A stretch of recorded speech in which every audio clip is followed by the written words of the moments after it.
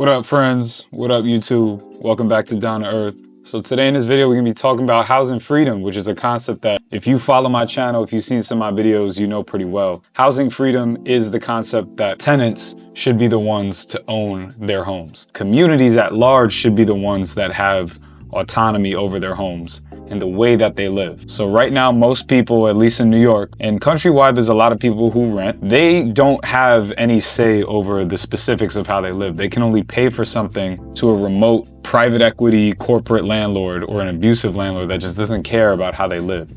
And we want people to be able to own and live on their own terms. Housing is the foundation of all health and dignity. And if we have good housing, stable housing, affordable housing, we will have most other things built on that strong foundation. So we have a lot of issues in the world, but I believe housing freedom, or the idea of housing freedom that we haven't achieved yet, is going to be the catalyst for serious, profound change and well-being in the lives of humans at large. So let's get into it. I consider housing freedom to be the next revolution for some of the reasons that I stated. It is just a bubble waiting to burst. There are 70% of renters in New York City who are renters at large. We are just waiting to get that collective consciousness about how to vote, how to build together, and how to really utilize our power, because there's so many people and there's obviously strength in numbers. And we all want the same thing. Everybody wants the housing crisis to be solved. So there has to be something we can do about it. And that's what makes it the next revolution. It's one of the last things that we have left. We really don't have that much left. And we've solved or swept under the rug a lot of the other issues that America has, including race, police tensions, healthcare. Like there's a lot of problems that people aren't as passionate about. But housing freedom, I mean, we've never really even talked about it. So why not for the next revolution? Most urban dwellers rent their homes, about 100 million people nationwide.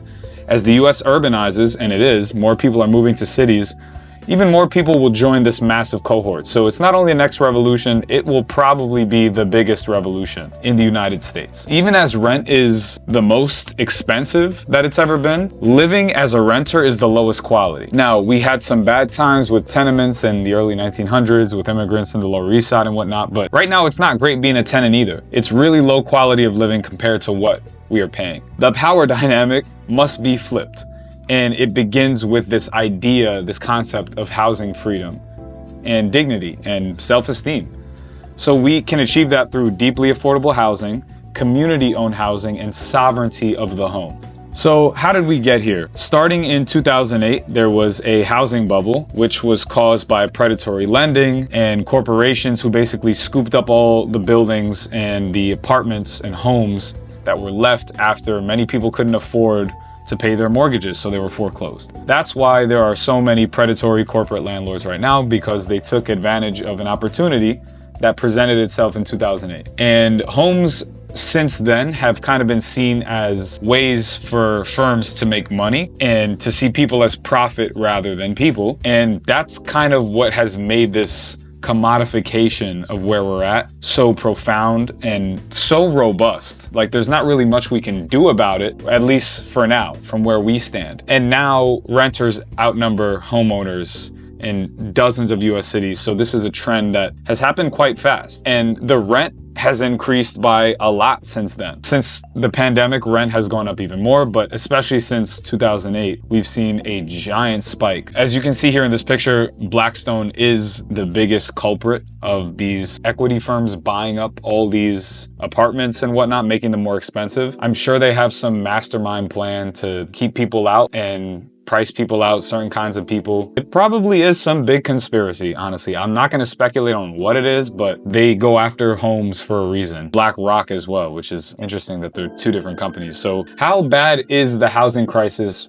right now, really? 92% of counties in the US cannot be afforded by minimum wage workers. Basically, if you want to live in a one-bedroom apartment and you work on minimum wage, you can't live in pretty much anywhere in the United States. That is crazy. Like, we're not going to raise minimum wage forever. None of these things can sustain. We have to change the housing itself. 50% income to rent, meaning that 11 million Americans spend about half or more of their income on their rent. So you already get what, 30% on taxes taken off, and then you get another 50% of what you have left to rent. Like it's crazy. It's just a concept that we've accepted, but it should not be this way. There's been a 31% rent increase since 2019. Some boroughs in NYC saw 47% or more increases in rent. It's absurd. It's truly crazy. But what can we do about it? You know, we'll get to that. Affordable homes are just not available. And some of the causes is that, like we said, there's corporate ownership that just scoops up all of these homes. In New York City alone, over 20,000 rent stabilized units sit vacant, not due to lack of demand, but because landlords want to deregulate or force tenants out. So that's called warehousing. Warehousing is rampant in New York. There's tens of thousands of empty units that could be converted into affordable housing, yet they sit there because the landlords don't want to convert them because they won't get a profit off of it, even though it could help fix the housing crisis. Tens of thousands of units. It's crazy, yet we're building so much affordable housing with taxpayer dollars. And yeah, the American housing market is barreling towards an irrevocable doom, the same way it did in 2008, except this is a lot bigger of a bubble. And there's a lot more at stake, and people will be pissed. And then there's policy failure. We have NIMBYism, which is not in my backyardism, which basically means projects, whether for affordable housing, for parks, anything, highways, whatever it is, get blocked by neighborhood associations. People who have money and influence who say, no, not in my backyard, you're not gonna build this. It's crazy. This is what it'll look like if we do nothing. This ugly tenement, cracked street, hideous looking thing that is very much generated by AI. We will have mass displacement of people, empty units, corporate ownership that only serves the richest of the rich, which even then, if the dollar gets devalued, rich people are still gonna live like peasants. You know, what we perceive as rich. There will be homeless populations everywhere. Homeless populations that are not treated well, that don't have health insurance. I mean, at the time of this recording, Trump is wilding with all the stripping back of DEI, healthcare, protections that specifically target and assist minority groups. That's not just gonna be minorities anymore. It's gonna be poor people, immigrants, all marginalized groups, and it's gonna create new marginalized groups or people who can't afford homes. That's gonna affect a lot of people. 70% of New Yorkers are renters. It's really gonna get that critical. Entire neighborhoods that we have come to see as irreplaceable, like Harlem, the Lower East Side, places all across the country, they're gonna be erased because the people are gonna be forced out and the homes aren't gonna be available. The businesses are gonna suffer. Everything is gonna become corporatized and only the land will remain, and even that will be very sick. Mental health issues, crime, instability, you know, all the negative stuff. You go real doomsday, and that's where we're headed if this housing market remains the same and on the same pace. The market will not correct itself. We have to correct it. So here's a little timeline that I made. The journey for housing freedom is where we're at right now. Is unacceptable living conditions. That's one of the steps. You want to rally and get together. We form community based off that. We outreach and canvas. Right now there's a rent freeze campaign going on. One of the bigger New York State coalitions. We build a tenant block so that we all vote the same and that politicians represent our interests as renters. We lobby and advocate. This is something that I've done a decent amount. Media engagement, I'm doing it right now. But we all need to do this stuff. We all need to get more active and vocal. And then legislation specifically is passing TOPA and COPA, which is the Tenant Opportunity to Purchase Act, which would allow tenants the first right of refusal if their landlord is selling their building. Basically, if your landlord's selling your building, you as the tenants have the first right to buy it or not. That gives you a huge opportunity to create affordable housing and community-owned housing, and it's something that I really think that specific legislation can cause tons of positive change in New York and the country at large. And then the final step is housing freedom, which is an idea, so we'll never be like, yeah, we achieved housing freedom. It's always something you're striving for, just like freedom through civil rights, freedom through abolition, and so on. So breaking the cycle of exploitation begins with the current reality, which we have landlords and corporations with immense disproportionate power over tenants who have little to no power. The TOPA solution, like I mentioned, is a huge one. It would offer landlords who are selling their buildings the opportunity to sell for a price that's decent. We're not trying to rip off the landlords. We're trying to pay them what the building is worth. Just make sure that the tenants get the housing instead of another landlord or another private equity firm that's just going to mishandle us and see us as a profit. We would want community ownership through TOPA or through something equivalent. We want communities that are by the people for the people. If this sounds super far out, it's because it is. It's because right now we are on the total opposite side of the spectrum. We are at the worst of the worst, and it can only really get better. Housing freedom is where communities thrive with neighbors who value, love, and respect. All of these wishy-washy, lovey-dovey words are because housing freedom is an idea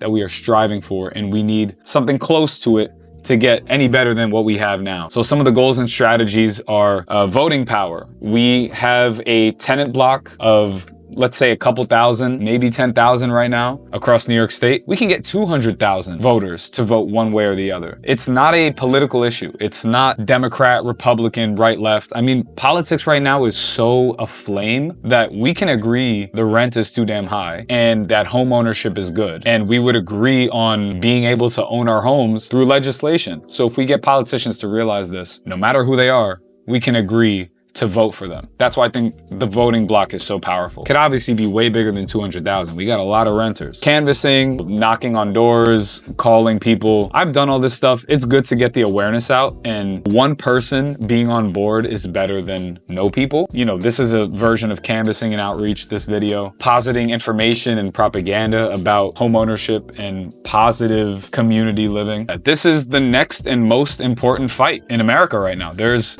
nothing else. We got wars going on, economy on the brink. We have problems, but like there's nothing that's super clear that's gonna affect the most people and in such a profound way.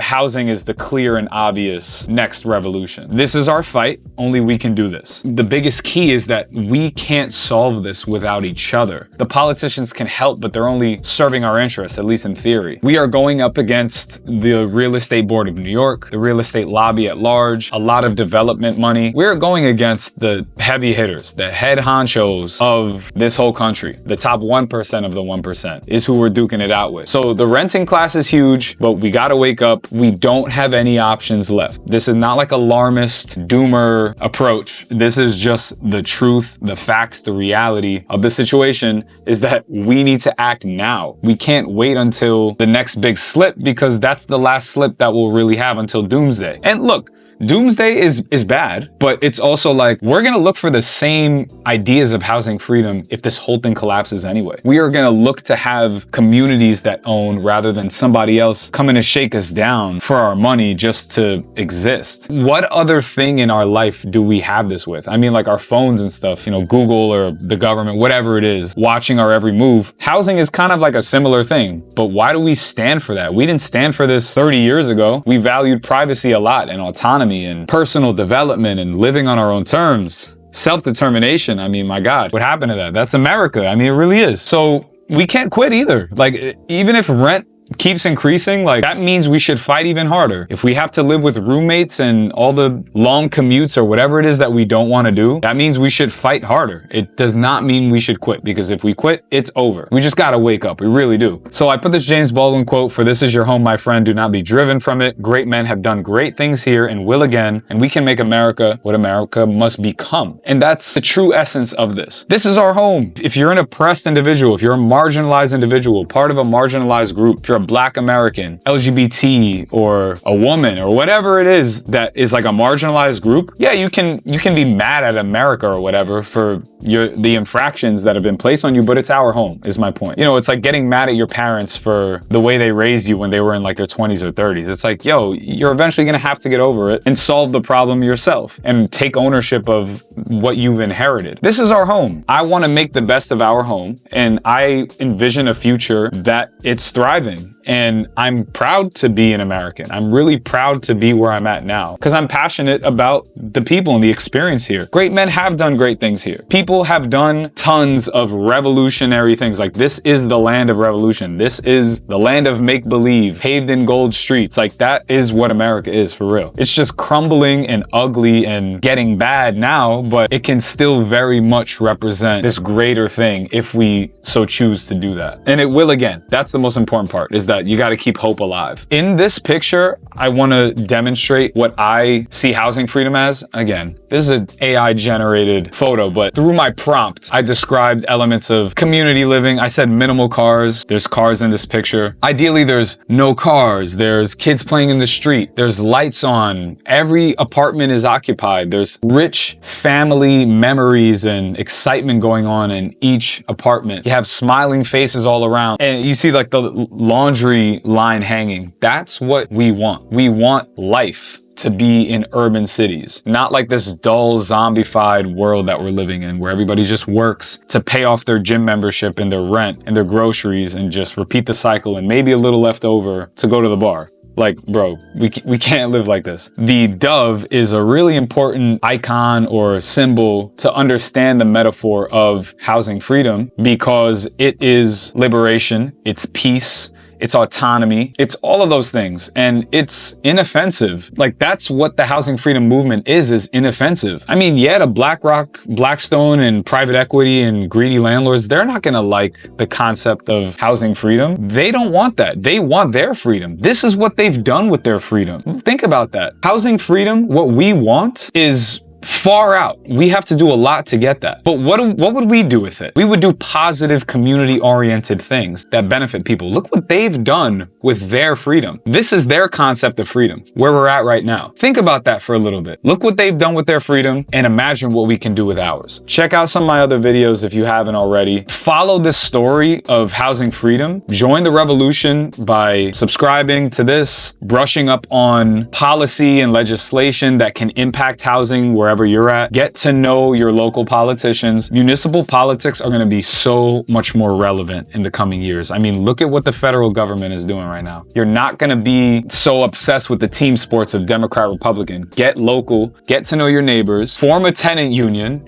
start doing the community-owned living stuff now. Practice as if you have housing freedom. I mean, in some ways, you can practice revolutionary acts of freedom by pretending that you have them. What would you do if you owned your home? Would you keep it cleaner? Would you invite more people to your home? Would you take care of your building? Would you take care of your neighbors? Would you see your space as a community space? Whatever it is. That's my advice. I would also advise you to brush up on just general survival stuff. Not in like a doomsday situation necessarily, but you want to know how to fix a window pane or do some plumbing, whatever it is, in case you become an owner or in case you're in a situation where your home is jeopardized and you're the only one who can take care of it. There's other things. Also, keep up with our story, the story of my building, 438 in Hell's Kitchen, which is trying to establish community ownership. We're trying to buy our building, whether through TOPA legislation or something. We have a very complex story that you should check out in other videos. I've explained it in a few. It's a story that will inspire you to take action in your building, in your communities, and I really hope that y'all do that. Thank you again for watching. See you next time. Like,